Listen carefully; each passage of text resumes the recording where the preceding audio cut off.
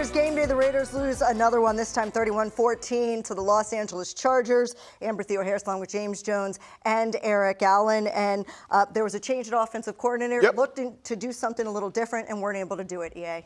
Well, again, you got to go back to the players, basically, and how they're going to respond to this change. I thought they tried to do as best they could as far as getting Brock involved, getting Ashton involved. Just not enough. Yeah.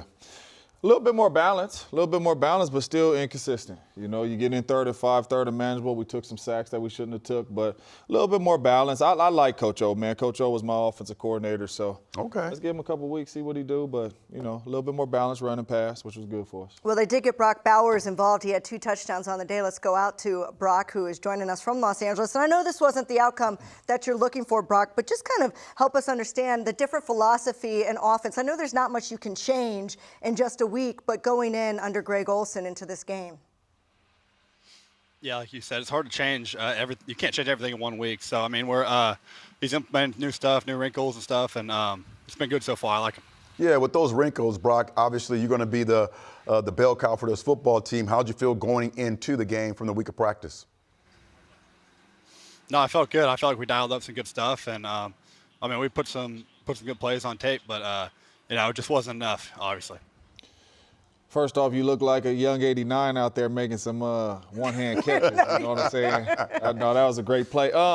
No, game plan-wise, though, man, what can we do to get you outside more? Do I got to go? Do EA got to go? Do Amber got to go? We got to talk to Coach O and say, hey, man, put 89 out wide by itself a little more. What do we got to do to get a little bit more of the informations? Yeah, I don't know. We'll see. We'll see what we got going. What we got going next week, and I mean, all we can do is look forward and then I mean, just keep going. That's all we can do. You had that spectacular catch. I think you were trying to rival Puka Nacua for highlights this afternoon or this evening. You had that good catch. Take us through the play, and you just kind of cutting back and able to get a hand on it. Yeah, we were just a simple little fade, and I mean, just ball was thrown at me. I just came down and caught it. It wasn't. I mean, it wasn't too crazy of a play. Just making the catch. What was the energy like in practice? Obviously, you're changing play callers. How did the week start off and the energy? Yeah, I mean, our energy is always there at practice. I mean, we're flying around, practicing hard. Coach Carroll gets us going. So, I mean, it's always good out there. We're always flying around. So, just got to keep that up and see if, you know, something's got to break, you know? You know, watching this offense, the main thing that sticks out to me is consistency. You guys will have some good drives, and then you'll have 2 bad plays. You know, then you'll have some good drives, make some big plays. You'll have 2 more bad plays that kind of stop you guys from scoring points. What does this offense got to do, practice in the games, to go out there and be more consistent, to go down there and finish some of these drives off? Yeah, I think the main thing for us is staying away from the big negative plays, like, you know, just penalties, sacks, just lost yards. We need to stay on track, first, second down, so we get into third manageable and get it done then. One of the improvements we saw was in the red zone as far as red zone offense. You guys were 2 for 2. Was that a big focus this week under Greg Olson? Yeah, for sure. I mean, I'm pretty sure he was in charge of his red zone plan kind of all year, and he kind of threw it all in this week. So no, it was good to see. I was excited to get in the red zone this week and make some stuff happen. Yeah, for the next couple of weeks, looking forward, what are the specific goals that offensively you guys want to achieve? Man, we just got to improve. We need to score more points and ultimately win games. I mean, that's the whole name of the game. You want to win. So, I mean, just do that. I mean, it's been tough, though. Yeah, and I think holding on to the ball a little bit longer would help as well. If you look at the time of possession, it's really lopsided. Do you feel like you guys, that needs to be a focus, obviously, getting, you know, 11 minutes less time holding the ball as far as time of possession? Yeah, I mean, that just kind of goes with sustaining drives, like avoiding those negative plays, like I was saying, and staying on track. So it's just kind of on us to avoid those negative plays, stay on track, and just keep the drive alive. Well, Brock, we appreciate you taking some time to talk to us, and we love seeing those big plays, and we hope they translate into wins going forward. We know they will. Thanks for being here with us. Yep. Thank you, guys. Good job, brother. Look, and so that's what they've been looking to do. So there is one mission accomplished. today, and that was to get Brock Bowers more involved. Yeah. I think the other objective was to get Ashton Genty involved, and that didn't happen as much as they would have liked it to. I think he was averaging 2.1 yards per carry. Overall, not able to run the ball, ran it even less, was less successful in the run game. Actually, we do have some of the stats. Let's take a look at some of the stats so that we can break those down for you, what happened in the game. See, 31 rushing yards. Look at the run defense for the Raiders. Yeah. Gave up 192. Well, see, that's the game right there. You know Harbaugh wants to run the ball, and to give up 192, that's going to make that bottom number that you love so much, that time possession. Yep. And wait until you see like the 12 for 17. Yeah. That's Third 71%. downs? 71% of the time they converted on 17 third down. opportunities they had. And then when you look at us, that's why the time of possession is like that too. We're 2 for 8 on third down, and that's just like what Brock said, right? We're 2 for 8 on third down, but we took negative plays on third down. We took sacks on third down. You can see, the sacks that we had, but we got to do better on third down. You are not going to win any football games if you are 2 for 8 on third down. That means you are not moving the ball. That means you are not getting any explosive plays, and it's tough to even run the ball like that too if you can't sustain drives. 156 total yards of offense is not going to win a game. We're averaging 15 points a game, so the Raiders coming in a little under that at 14 points. But what did you see under Greg Olson? I'll start with you because you say you should always be an offensive coordinator. James, what under Greg Olson did you see? You kept talking about the bunch formation that you liked. I did see a little bit more balanced. I seen the bunch formations, which we all was talking about, as we were watching the game together. And when you get in bunch formations, you force these defensive backs to communicate. They got to in and out. Are they playing zone? Are you playing man? You have to talk through that. And a lot of times this guy's running free through the zone. Coach O did it a little bit today, but we need to get to it more. And I would love to see Brock out wide some more. But the best thing I seen today is he was balanced. So the next team that we play that watch film on us, they are going to say, okay, they will run this football and they will play action pass. They are not just throwing the air out of the ball. So you got to kind of prepare for all of them. I love the red zone today, offensively, and that's so important that we get to the red zone and you get opportunities to put the ball in the end zone. Featuring your best player on offense, have to be able to get the ball to Brock, and then off of Brock, be able to set some other things up later on in the season. But red zone was really good today. All right, let's take a look at the offense today compared to the rest of the season, because we're looking for a change, right? The improvement is hopefully under Greg Olson. As I said, 1 point less, so about on par, not improvement as far as scoring points. And the total yards were down, the rushing yards were down, the passing yards were down, and first downs as well. So, look, didn't expect it to be a major improvement overnight. The Chargers defense, especially, Khalil Mack always likes to get after the Raiders, whatever he plays them. Derwin James was out there flying around. But do you expect these numbers to go up, EA? Come on now. They're going to go up. Because of the team we just played, the Chargers. They're going to run the football. I think there's a stat for the Chargers. They run the ball more than 26 times under Harbaugh. They've pretty much like 16-1 or something. Yeah, crazy. some ridiculous numbers. So a lot of it was about who we were playing. Pretty good defense. They're going to get after you a little bit up front and being able to run the ball effectively. I think the Chargers really took the ball away from our football team today, not allowing us to put some of those good stats on the board. And I think it will get fixed, too. Being under Coach O, what I love about Coach O is Coach O going to talk to you and communicate with you. JJ, what pass plays you like this week? Well, I don't like them two you just put in. Take them out. I'm comfortable with this all-go hitch. I'm comfortable with this dagger. I'm comfortable with the. He'll talk to you and communicate. So I'm assuming Geno's going to settle down. Another thing is we got to be on the field. Yeah. If you 2 for 8 on third down, you on the sideline. Ain't no offensive coordinator good when your offense is on the sideline. So them numbers, 156 yards passing, 31 rushing yards. If we're better on third down, all of that goes up. And I think we will get better on third down once Coach O kind of settles in and gets comfortable with Geno and calling these plays. And Geno Smith needs a chance. I mean, he really does. You can't get sacked 15 times in 2 games and expect him to be productive. We know that the Cleveland Browns had a huge day sacking him 10 times, but today there was 5 sacks on Geno Smith. Yeah. That's quite a bit. So, and that's actually a franchise. Like I'm with Jay. You got to move too. Yeah. Trust me, I'm not saying the O-line is playing phenomenal. Right. But at one point when you look in the mirror, you got to pat your own chest too. Like I tell my kids, pat your own chest before you start yelling at anybody else. Yeah. You got to run. Right. If I've been sacked 10 times last week and I've been sacked a couple times this gone. week, I'm going to get out of the pocket. I'm gone. Yes, but we can't have our play caller put us on the move and too. you can move me, Right? absolutely. So I understand, you have to take that responsibility yourself, but as a play caller, you've seen your quarterback get sacked 10 times, and on important third down situations, you want to put him on the move. Yeah. All right, let's bring in Kirk Morrison, who called the game for Raider Nation Radio. He's out there from Inglewood, California. And Kirk, how do they get Geno Smith to move a little bit more? Going off of what the guys were just talking about, how can Greg Olsen put him in a better position play calling wise, knowing he's not going to have a lot of time? Yeah, I mean, I've been clamoring for it for a while now. I think getting Geno Smith on the move, moving his launch angle, moving the pocket, even calling some direct quarterback runs can really, I think, get this offense going a little more up-tempo. I think defenses right now realizes that, you know what, Geno Smith is not a threat to pull the ball in an RPO.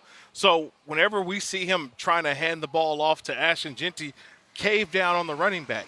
And that's why sometimes it seems like the play action or the bootlegs have been effective at times because Geno Smith rarely pulls the football. So I do want to see more of those, but it is about establishing the run first. But I think Geno can have some legs that he needs to use.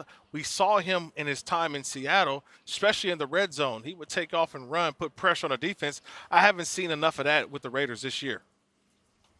I'll tell you, Kirk, when it comes down to Geno Smith and the ability to be able to utilize his legs, what do you say to a football team that doesn't get him in situations where he's going to be able to run on third down and there's those just straight dropbacks? Yeah, I mean, you got to win first and second down, and the Raiders haven't done that consistently. You also have had penalties. You've had drops. I mean, like the interception today is going to go on Geno Smith's stats, but to me, that's a football that you hope that Dante Thornton can kind of bring down or at least shield the defender away from, but it's knocked into bounds and it's intercepted. Those are the types of plays that you feel like, man, this offense could have kept going. Another couple more plays and maybe they hit one and keep the drive alive. But too many times the drive stalled for the Raiders today, and we saw it. The Chargers were able to convert on 12 of 17 third downs. The Raiders only had 7, I think, third downs all game long. So they didn't have the opportunities to continue to push the ball down the field and really find out who you are offensively. And EA, I was saying this earlier, it's going to be December tomorrow, and I don't know what the identity of our offense is. Maybe not even know the identity of our football team is. You got to have something that no matter what, hang your hat on week in and week out. And I don't necessarily know that this is the best way of how we're going to win football games because there's been injuries, there's been change amongst coordinators, there's been a lot. And I think offensively, they've kind of felt the brunt of it right now because you just don't have any cohesion offensively. That's well said. That's well said right there, my brother. Number one, I always started off with a what? Hey, JJ, I got one for you, too. What's up? I got one for you, too. You remember you said what you tell your kid? I try to teach my kids we got to be thumb pointers before we point our finger at somebody. That's what I'm saying. Right? Let me look at myself first before we point at somebody else. Yeah, I like that, too. Pat your chest, thumb pointers. I like that, man. You know what I'm saying? You was a defender. You had the green dot on your helmet communicating with the defense. Yeah. What did you see different today with Coach O's offense than you've seen in the past? I really liked early on some of the things that he did. And JJ, you can help me out in talking about this. I love some of those switch releases, especially when they had the bunch set up and then a motion Trey Tucker out, and the veteran Tyler Lockett was able to do a couple switch releases to force the communication by the Chargers, which everyone says, how could they leave Brock Bowers open?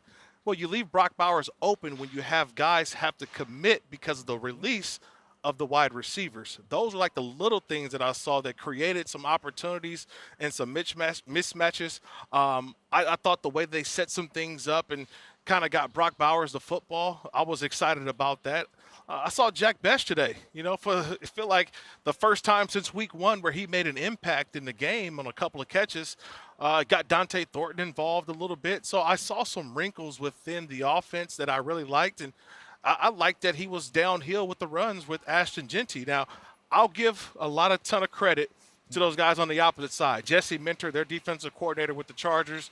Tui Pelotu was fantastic. Obviously, Khalil Mack's over there.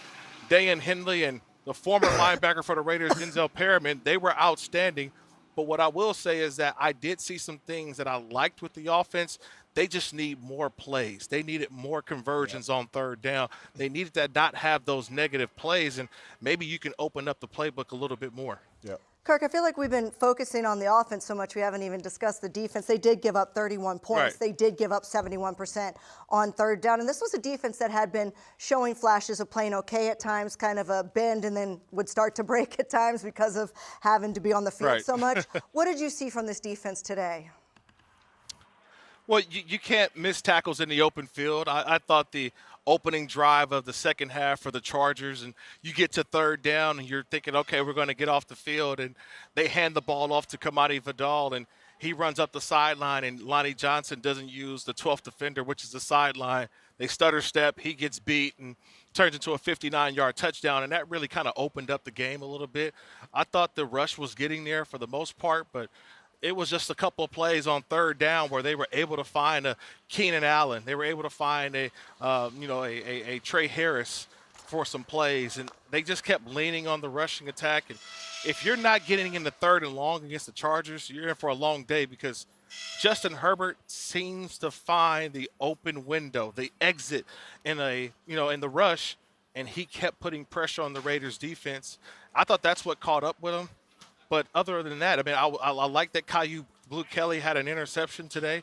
I thought that he was fantastic. Obviously, we don't have to talk about Max because he made some big plays, but consistently, I don't think that they were able to perform on third down, which really hurt them throughout the game. All right, Kirk, you always offer some perspective. We appreciate you joining us, and enjoy the very short ride home. Oh, appreciate it. Thank you guys, always. Thanks a lot, Kirk. So the Raiders lose this one 31-14. And look, there is a lot of thumb pointing that needs to happen with this team if they're going to continue to try to get better. The reality is they faced a Chargers team that is on the up and up, trying to fight for the division. They're a couple games behind the Broncos. The AFC is very much up for grabs, as we saw today. A lot of flip-flopping of who's at the top seed. But when we come back, this team needs to get better, and we're going to hear from Geno Smith to hear how he believes this team can improve. That's coming up next right here on Raiders Game Day.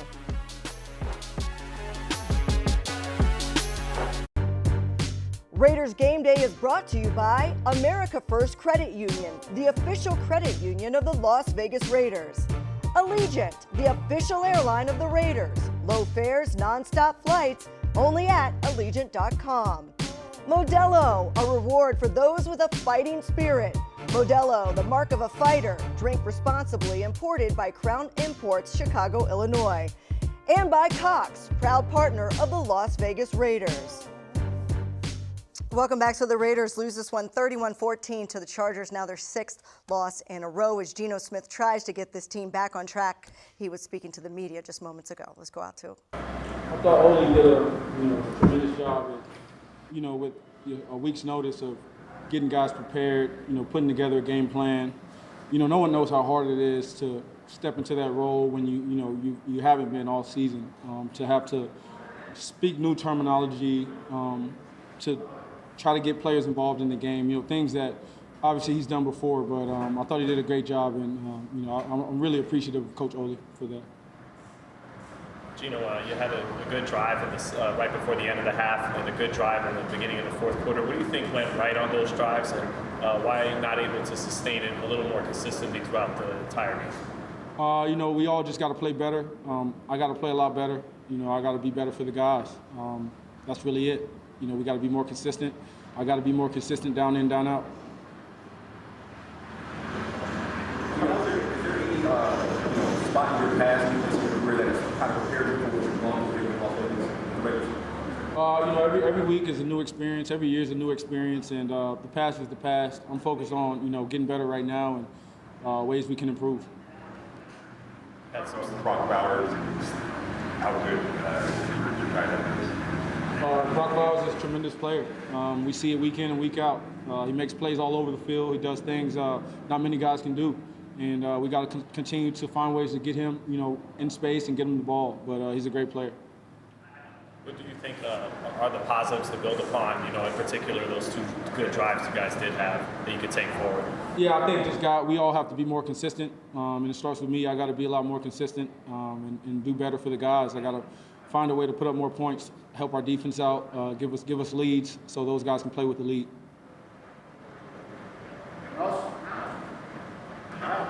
Thank you, guys. We talked a lot about the offensive line, and we know that it's a lot of guys filling in. It looked completely different today. Alex Kappa was playing center. And we all know that Colton Miller's out and JPJ's out. Not having starters does affect the amount of protection that you can give. But Geno Smith, you kind of feel, I know you guys want to see him move more, but listen to the stat. Last year was his most sacked season. He was in Seattle in 2024. He was sacked 50 times that year. He's already been sacked 46 times this year. So he's been hit quite a bit. He can do things to help himself. But also running the football and being able to establish a run and stick with the run is something that Greg Olsen has wanted to do. It's something that Pete Carroll wants to do. But look at the difference. It's something that Jim Harbaugh has always wanted to do. He won a national championship in Michigan, barely throwing the ball. They ran the ball 43 times. Right. And they averaged 4.5 yards per carry. The Raiders, they rushed the ball 18 times and averaged 1.7 yards per carry. That is the identity they're trying to have, and it's not working. There you go. So the Chargers just came off a bad loss, had a bye week to kind of get ready. So what do you do if you're Jim Harbaugh? You go back to who you are and what you know. Obviously, it's about being physical and running the football. And going back to the Raiders, who are we? We don't know who we are yet. So we can't go back to any one thing that's been successful this year. And I knew the Chargers were going to give it a heavy dose of run this week against our football team because if you turn on the tape, some weeks we tackle well, some weeks we don't tackle well. So again, if you can run the football and force our edges to tackle, our corners, our linebackers to have proper angles, sometimes we're going to do well, sometimes we're not, and that's why they're able to win the time possession today. That's very true because right now this is Coach O's first game as an offensive coordinator. So he's trying to establish his identity. But number one, we don't know after this game because we 2 for 8 on third down. So he didn't even have enough plays to say this is the kind of offense that we want to be. We have to stay on the field to show people what kind of offense we want to be. Now, I do believe the identity under Coach O will be to run the football, but you have to stay ahead of the sticks. You have to convert third downs to stay on the football field to be able to have an identity. But we have to have a plan to get the ball out of Geno Smith's hand. I don't want to see no more down the field throws. I want to see the ball come out of Geno Smith's hands fast and let your receivers break some tackles. Because going down the field, obviously we can't protect that. And that's all right. That's our team right now. But good coaches adapt to their team. And our team is not good at 7-step drops right now, protecting the quarterback. So we're going to get this ball out of Geno Smith's hands fast, and we're going to run this ball. And like Brock said, and we continue to say, you have to stay ahead of the sticks. You have to be in 3rd and 5, 3rd and 4, 3rd and 3. If you're not, it is going to be a long, long, long day. Well, one of the big differences is that Geno Smith didn't throw the ball 40-plus times like he did the last 2 games. He threw the ball, 23 times? So that's one objective met. But if you only run 46 offensive plays, 46 offensive plays, you're not going to have a shot to put points on the board. What's the average, like 65?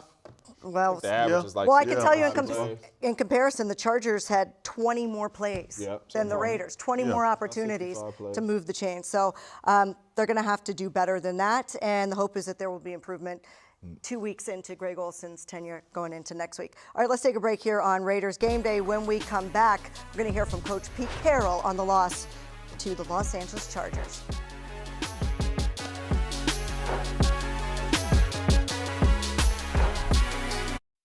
This segment of Raiders Game Day has been brought to you by America First Credit Union, the official credit union of the Las Vegas Raiders.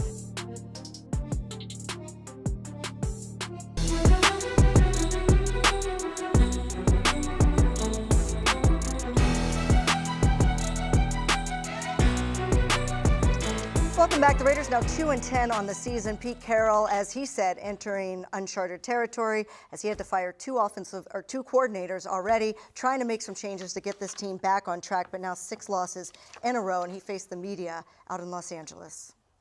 Speaking up, your questions, thank you. Anybody want to start? Go ahead, Sean. Pete, you guys had some momentum going into the half, tied the game up, and then they had a big third quarter. Why do you think the team wasn't able to sustain the momentum they carried into the half? Yeah, we really at halftime, we felt like this was a game we're going to go ahead and go get after it and take it. And everybody felt really good about it, the things that we had done in the first half and all.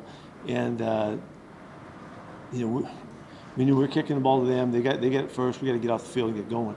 And there's the big toss play. We just screwed it up and missed. I think we had three guys there that could make the play, and it winds up being a 60-yard touchdown play.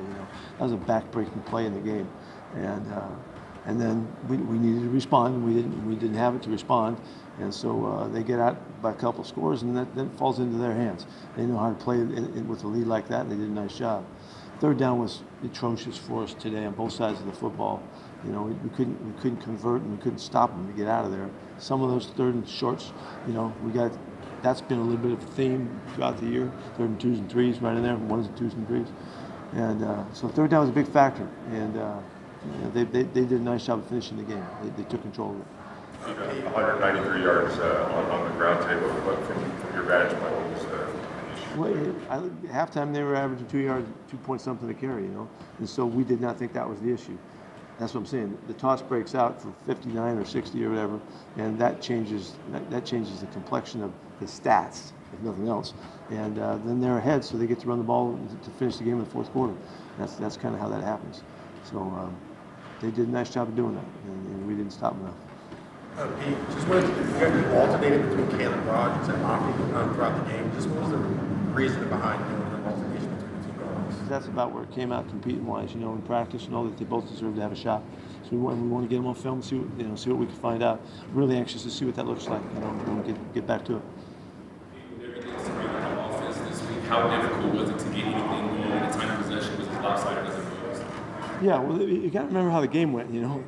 It was we had two huge drives in the first half, and one of them we didn't stop them. One of them we get the big turnover. It was a great job by our guys hanging on defense, and we had a nice sudden change when we go out on defense and we stop them on fourth down. Those are big stops, but they had a lot of plays on us, and so they were able to drive the ball, and that goes all the way back to where we started. It goes back to third down. You got to just go sit down, and we didn't get off the field long enough.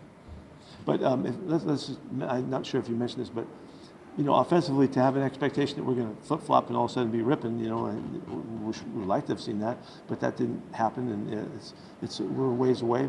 Everybody communicated really well. We had no problem functioning and all that, and in a couple of days' time, that's a nice accomplishment by those guys, but we'll get a lot better. Course of your career, how are you? The seeds for your future success were kind of planted in that first year, regardless of how you did. You go back to USC, the Chris Richard play at U of A, Morrison. Are there moments this season where you see the seeds of future success, whether it's Brock Bowers? In a season like this, do you see those seeds planted for future success? Absolutely, yeah, and that's why it's so hard to take. That we're not able to enjoy the hard work and the changes and the adjustments that we've made, because it's very similar. You're talking, and you watched it. It's very similar to how we're responding together, the way we work, the attitude, the mentality, guys supporting one another. All of that is what it takes to turn the corner and get around. There was a game a few weeks ago. We were 2-5. I was talking about the SC 2-5. It's the same thing. We're in the same place at one point, and we didn't get that game. But that was a time to turn it, and so it just hasn't happened yet, and it feels like it's just right there within our reach, and so maybe it doesn't look like that to you guys, but that's what it feels like, and I can say that because of the mentality of the guys in the locker room, and they continue to lead well, they continue to hang well, they continue to practice well, and respond to the challenges of it. So that part of it is okay. We have to play better. Anything more, guys? Good. Thank you.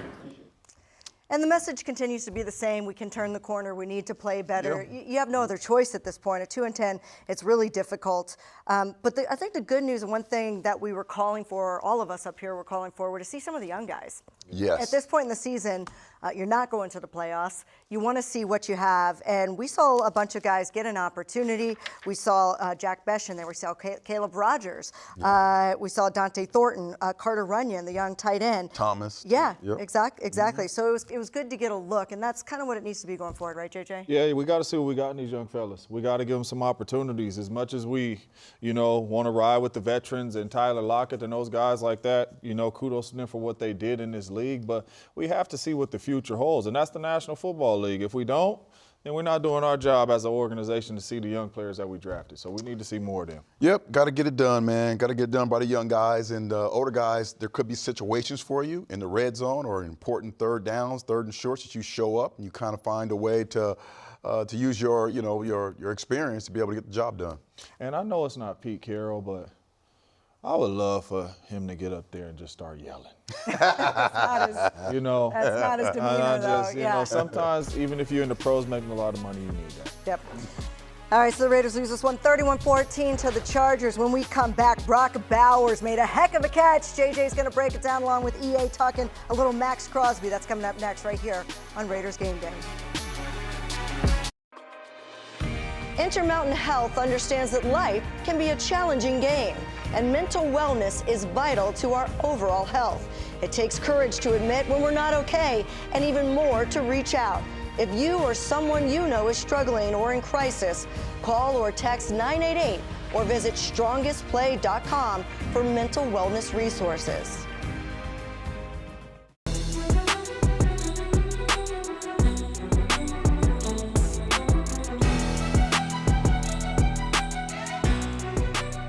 Welcome back. Despite the loss, there were some highlights on both sides of the ball. Brock Bowers continued to be a part of the offense, making a spectacular grab for a touchdown. And of course, you know, Max Crosby's going to show up in a divisional game with 2 sacks. To break it down more, let's turn it over to JJ and EA.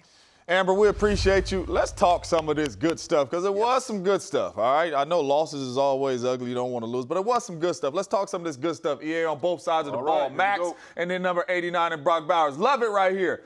Look at the formation. We got 2 over here, we got 2 over there, but we tight, we stacked. First route, we get a shallow by Brock Bowers. Okay. Wide open, you beat man to man, you go, and this is what I like right here. You see him getting up right here? We on the shallow, take the outside release on the shallow. Brock catches it, finish violent on the run. But this is when you know you should keep giving him the ball. Yeah, get him going. Yeah. But same look, all right? We tight right here with a receiver outside you, kind of in a stack formation. Now we're going to come vertical, and we're going to run this deep corner on you, and we're going to catch this ball. Good job by Geno Smith, flattening him with the ball right there and giving Brock Bowers a chance to go make a play on it. That was pretty good coverage. Still comfortable, still going with him, right? But what I love about this is these are the same look. Brock Bowers is in the same tight formation. You got a receiver over there with him. And then we talked about it, bunch formations. Right here, we motion out of the bunch formation, but you got to talk and communicate with this. We've ran a corner and we ran a shallow, and now we hit you on the basic dig route. Brock Bowers wide open in the back of the end zone. But look at the communication. They trying to pass stuff off. They looking at each other, because when you're in tight formations, it is tough to communicate. And this right here is what we call we just better than you. All right? You get your best player on one of 8 players, and we are just better than you. It's man-to-man, 97% in the red zone. This right here, give me that. Everybody can't catch like that, I'm just that dude. Everybody ain't making it. Only people that wear 89 can do that. I'm that dude. But we have to find ways to throw him the ball 15 times. That was a great thing about today offensively, where we were able to see some one-on-one matchups, just get him involved in the game. Doesn't matter. There were several times he was double and triple. Doesn't matter. Same thing on the other side of the ball with our guy, Max Crosby. First thing you're going to see is the great get-off every down. The great get-off. Anticipation. Outstanding job. Just comes underneath the tackle with the sack. Max getting off the ball, one of the best in the National Football League. Love that aspect about his game. He just puts so much pressure on that tackle. Now we're going to see another thing. Get off the football, but now we're going to have a power move. We're going to push you up. And what you notice, too, is we have great inside pressure, so the quarterback can't step up. If he does step up, it's going to be a tackle, because Max is just so violent in his power get-off. Love this aspect about his game. You know he always gives 100%, as we see here. Great job by getting that power move. You got some good pressure in the middle. Come back, get another sack. Max Crosby always taking it to the next level. Now we have a little counter move by the offense, and we're going to do a great job of having some athleticism here by doing a dip move on this pulling guard and make a tackle for loss, which is one thing Max is known for. Look at that dip. Great job of having that athleticism from the Stork, and he knows it. Great get off. Watch the dip. He's going to do Man, that man is unbelievable. We love us some 98, getting the job done. Max Crosby showing us why he's one of the best defensive players in the National Football League. You know what's crazy about that, Amber, is because we always used to have big boy formation. And it never was an offensive lineman. It always was defensive lineman. And I'm like, Coach, why we ain't using our offensive lineman? And he always used to say, they can't bend like them defensive linemen. It is not the same. There you go. Not the same as a defensive end, that is for sure. Here's our one big number for the day. It's not a good one, 10. It's 10 consecutive losses within the division. This 31-14 loss to the Chargers. That's the longest active streak in the NFL, and it dates back to that wonderful Christmas Day win over the Chiefs back in 2023. 2020 what? 2023, where you really felt like this team was heading in the right direction, and you hope that they can get back on track. And you know what's interesting about the AFC West, if we're talking about the division, is this year it isn't the same old, same old. It's super competitive. Yep. Who would have thought the Denver Broncos would be at the top of the division, at the top of the AFC in general? And then you've got the Chiefs fighting to even get into the playoffs. And I think this proves, it's the same with the Chargers, I think this proves that the Raiders can make some changes. We see teams turn their franchise around quickly. Look at the Bears. They're number one in the NFC right now. Yeah. They have quarterbacks. All these teams have quarterbacks are playing competitive and are able to, with the help of their coach and other aspects of their game, kind of get out of their slumps. And we've seen all these quarterbacks go through slumps, but it doesn't last for very long. Geno's has lasted for a little bit. Got the offensive coordinator fired. Now the new play caller is going to be able to hopefully get us some more opportunities to be able to build on this football team in the next 5 weeks. And I think the best thing, even Kirk said it, the best thing that's being said is it is about to be December, and we don't know who we are offensively. We know who we are defensively. We don't know who we are offensively, and that's a problem. We don't even work for the Broncos. We know who the Broncos are when they step on that field. They're going to run that ball, they're going to play defense, and Bo Nix's going to play. Same with the Chicago Bears. So we just got to find our identity, man, and we got to get better at doing what we do, or we ain't going to have too much success. The tough part is that they have these young pieces that are spectacular. I mean, Brock Bowers, definitely a once-in-a-lifetime type of tight end. Ashton Jeanty, we have yet to see. What are you seeing from Ashton Jeanty? It feels like he just doesn't have enough carries yet to kind of make a judgment of it. But if you could give an assessment of what you've seen so far, what's the verdict? I do want to see him. I mean, we all know he's a tough tackle, but I do want to see him kind of put some people in blenders, put some moves on people, look explosive. You know, like Ashton Jeanty was picked 6. When you are picked 6 and you are up there with those running backs, like those running backs is like the Adrian Petersons and those type dudes. Like when they hit the field, we seen a difference. JJ. I just want. I'm not comparing him there yet. I know he's young, but I want to see some of them flashes. I'm not sure. I'm not sure if that's the kind of style he plays. He's still able to break tackles. I'm not sure if you're going to have the kind of play style that is going to make you miss in the phone booth. That's not him. I think he's going to be a productive football player that can both run and catch out the backfield, and hopefully his game will develop. But I'm not sure if you're going to get that, instinctive, be able to just make a guy miss. I'm not sure if that's him. And it's going to be okay. I just seen special at Boise. I did. I seen special. That's why he was number 6. I want to see some of that. I think he has that in him. I want to see some of that. Having a good offensive line helps too, though, as well. If you have blocking, it does help.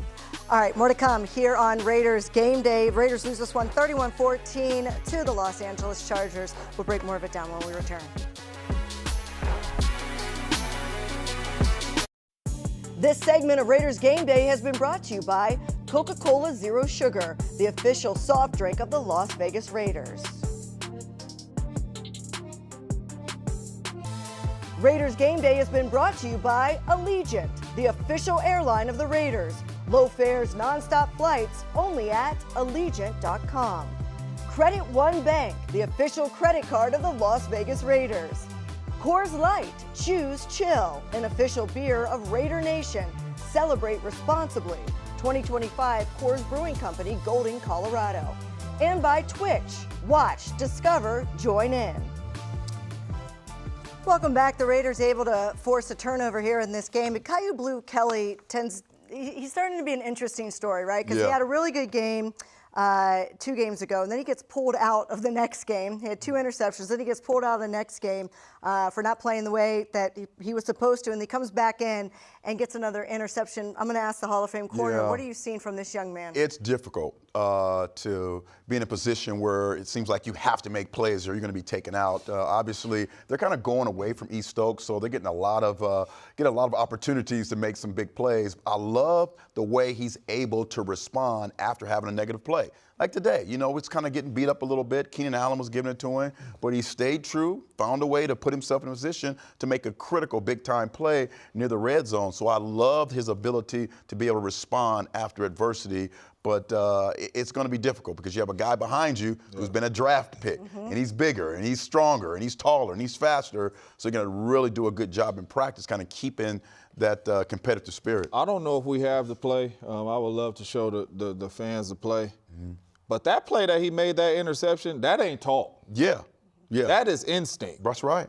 You supposed to be going with that man, and I know these route concepts, and I come off of my man and go pick this ball out. Yeah. Hey, that was a heck of a play by him. So Love it. I don't know what we got to do. All I know is Charles Woodson told me if you're taking that ball away, you need to be in that game. That's right. He's doing You know what I'm saying? So, and I play wide out, but I know that. You know. And Darian Porter, we're getting to see him as well. Yep, EA, it's good. third-round pick. Do you think clearly, as you said, they're kind of moving towards seeing what they have? Yeah, definitely. And you like to see the edges of the defense really solid. And that's the one thing on the big run. That's the most important thing for a defense. When you're coming out at halftime, you got to make a stand, get the ball back to your offense, keep that momentum. Weren't able to do that, but he's continuing to see some strides. Overall, the defense does have to be better, giving up 31 points, 71% on third down, and 341 total yards of offense. Got to tighten up just a bit. All right, we're going to come back and we're going to take a look ahead. What is up for the next 3 weeks with the Raiders? That's coming up right here on Raiders Game Day.